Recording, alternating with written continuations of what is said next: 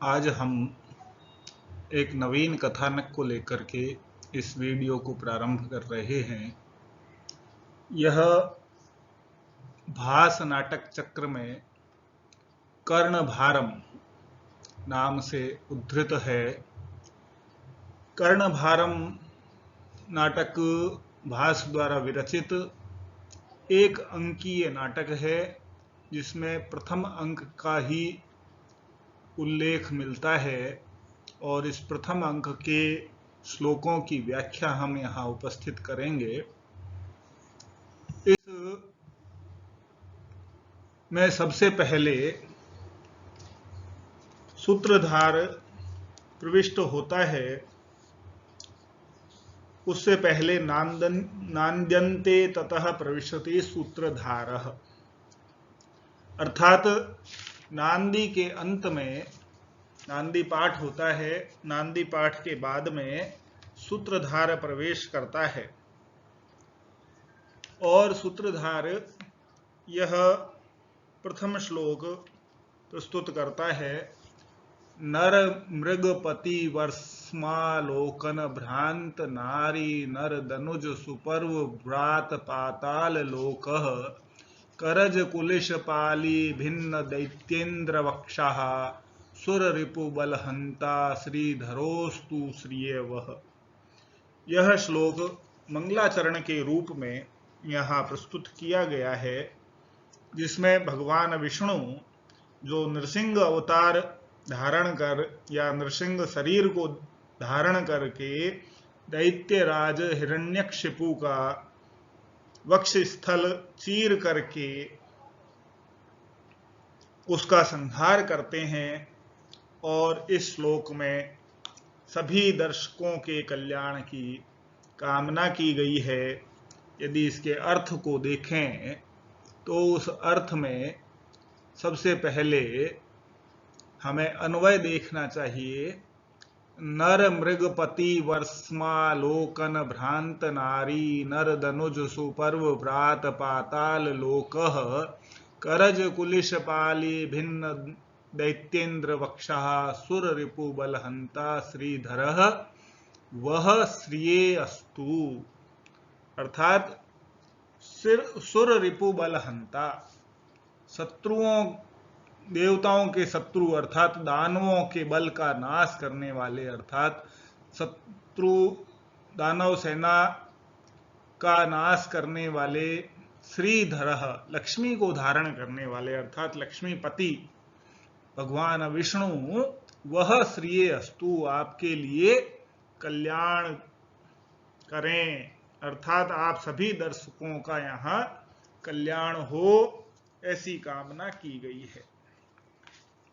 उससे पहले यदि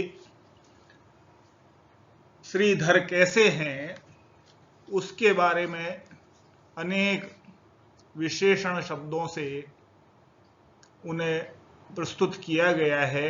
नर मृगपति वर्ष्म आलोकन भ्रांत नारी, नर यानी मनुष्य रूप को और मृगपति यानी सिंह के, अर्थात नृसिंह के वर्ष्म यानी शरीर को आलोकन देख करके भ्रांत नारी नर दनुज सुपर्व व्रात पाताल लोकः, तो भ्रांत यानी आश्चर्य में, आश्चर्य से युक्त, नारी यानी स्त्रियों में, नर यानी मनुष्यों में पुरुषों में, दनुजा नाम यानी असुरों में और सुपर्व यानी देवताओं में, व्रात पाता देवताओं के समूहों में, व्रात का तात्पर्य समूह से होता है, पाताल लोकः तथा पाताल लोक, करज कुलिश पाली भिन्न दैत्येन्द्र वक्षा। असुर रिपु बल हंता श्रीधर कैसे हैं? करज कुलिश, करजः कहते हैं कर में उत्पन्न होने वाले, करे जाता इति करजः, ताहा इति करजः, तो नाखूनों को करज कहते हैं। तो करजः कुलिश पाली भिन्न दैत्येन्द्र वक्षः, कुलिश कहते हैं तीखे वज्र के समान, कुलिश वज्र को भी कहते हैं, वज्राणी इव। और पाली भी यानी सैकड़ों, तो कठोर कुलिश पाली यानी कठोर सैकड़ों नाखूनों से भिन्न यानी भेद दिया है दैत्येंद्र वक्षा, जो दैत्यों का राजा है अर्थात हिरण्यकशिपु, उसके वक्ष स्थल को भिन्न कर दिया है, विदीर्ण कर दिया है। ऐसे भगवान श्रीधर वह श्रीये अस्तु, आप लोगों का कल्याण करें। अब इसके अर्थ को यदि देखें तो स्त्री पुरुष दैत्य देवताओं का समूह एवं पाताल लोक जिस भगवान विष्णु के नृसिंह अवतार में स्थित शरीर को देख करके आश्चर्यचकित हो गए, और जिन्होंने वज्र के समान कठोर अपने नाखूनों के अग्रभागों से दैत्य राज हिरण्यकशिपु के वक्ष स्थल को विदीर्ण कर डाला, ऐसे दानव सेना के संहारक लक्ष्मीपति भगवान विष्णु आप सभी दर्शकों का कल्याण करें।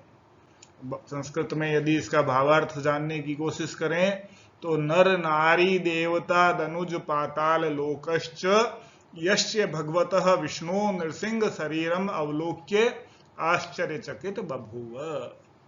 येन नृसिंहावतारे भगवता स्वस्य वज्राणि इव तीक्ष्ण नखाग्र भागई हिरण्यकशिपोः वक्षस्थलं विस्फारितम्। एतादृशः नृसिंहावतारे स्थितः दानव बल संहारकः भगवान लक्ष्मीपतिः युष्माकं दर्शकानां कल्याणाय भवतु।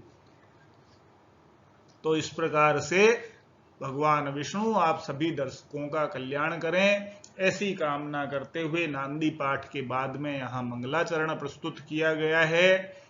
नांदी पाठ के बाद में मंगलाचरण करने के बाद कथा वस्तु को सूत्रधार या नेपथ्य में कोई आवाज आती है, एवं आर्य मिश्रान विज्ञापयामी, तो मैं आर्य मिश्रों को अर्थात महानुभावों को महोदयों को निवेदन करता हूं। परिक्रम में घूम करके कर्णम दत्वा कान लगा करके अरे किम नु खलु मई विज्ञापन व्यग्रे शब्द एव श्रूयते, कि मुझ सूचना देने में व्यग्र मुझ सूत्रधार को या मुझ विदूषक को किम नु खलु शब्द, कैसा शब्द सा सुनाई दे रहा है। अंग ठीक है, पश्यामी देखता हूं। नेपथ्य में आवाज आती है भो भो, अरे अरे निवेद्यताम महाराजाय अंगेश्वराय, महाराज अंगेश्वर अर्थात कर्ण को निवेदन करो। सूत्रधार कहता है भवतु ठीक है, विज्ञातम जान गया। तो इस प्रकार से यहां सूत्रधार जो है कथा वस्तु को प्रारंभ करता है और दर्शकों को सूचित करता है कि मेरे जैसे सूचना देने में व्यग्र सूत्रधार को यह किस प्रकार सा शब्द सुनाई दे रहा है, अच्छा तो देखता हूं। तो इस प्रकार से यहाँ पर सूत्रधार ने कथा प्रारंभ की है और सभी दर्शकों को यहाँ पर सूचना प्रस्तुत कर रहा है। फिर नेपथ्य में आवाज आती है भो भो निवेद्यताम महाराजाय अंगेश्वराय, हे महाराज कर्ण को निवेदन करो, निवेदन करो। सूत्रधार कहता है अच्छा, विज्ञातम जान लिया कि किस प्रकार का शब्द सा सुनाई दे रहा है। तो आगे कहते हैं संग्रामे तुमुले जाते कर्णाय कलितांजलि निवेदयति संभ्रांतो भृत्यो दुर्योधनाज्ञया। अर्थात यदि इसके अन्वय को देखें तो दुर्योधनाज्ञया कर्णाय संभ्रांतः भृत्यः कलितांजलि संग्रामे तुमिले जाते निवेदयति। यहाँ श्लोक में सूत्रधार कथा वस्तु को आगे बढ़ाते हुए कहता है कि दुर्योधन की आज्ञा से जो महाराज कर्ण को सूचना दी जानी चाहिए और यह शब्द सा जो सुनाई दे रहा था वह किस प्रकार का शब्द है, तो वह युद्ध का स्वर सुनाई देता है, उसी को यहां प्रस्तुत किया गया है कि दुर्योधनाज्ञया यानी दुर्योधन की आज्ञा से, अर्थात दुर्योधन धृतराष्ट्र के श्रेष्ठ पुत्र ज्येष्ठ पुत्र का नाम है, उसके आदेश से कर्णाय अंगाधिराज्ञे, कर्ण अंगाधिराज भी कहलाते हैं, संभ्रांतः भृत्यः यानी व्याकुलः राजसेवकः कलितांजलि करम बद्ध्वा संग्रामे यानी आहवे तुमुले यानी भयंकरे जाते यानी भूते निवेदयति विज्ञापयति, अर्थात दुर्योधन की आज्ञा से कर्ण के लिए या कर्ण को संभ्रांतः भृत्य यानी घबराया हुआ राजसेवक या परिचारक संग्रामे तुमुले जाते भयंकर युद्ध के होने की निवेदयति यानी सूचना देता है। तो यहां पर दुर्योधन की आज्ञा से कर्ण को राजसेवक भयंकर युद्ध की सूचना देता है और उस भयंकर युद्ध के कारण ही उस विदूषक को या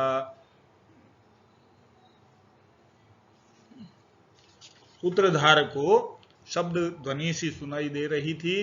तो इतना कहकर के निष्क्रांतः निकल जाता है और यह प्रस्तावना समाप्त हो जाती है।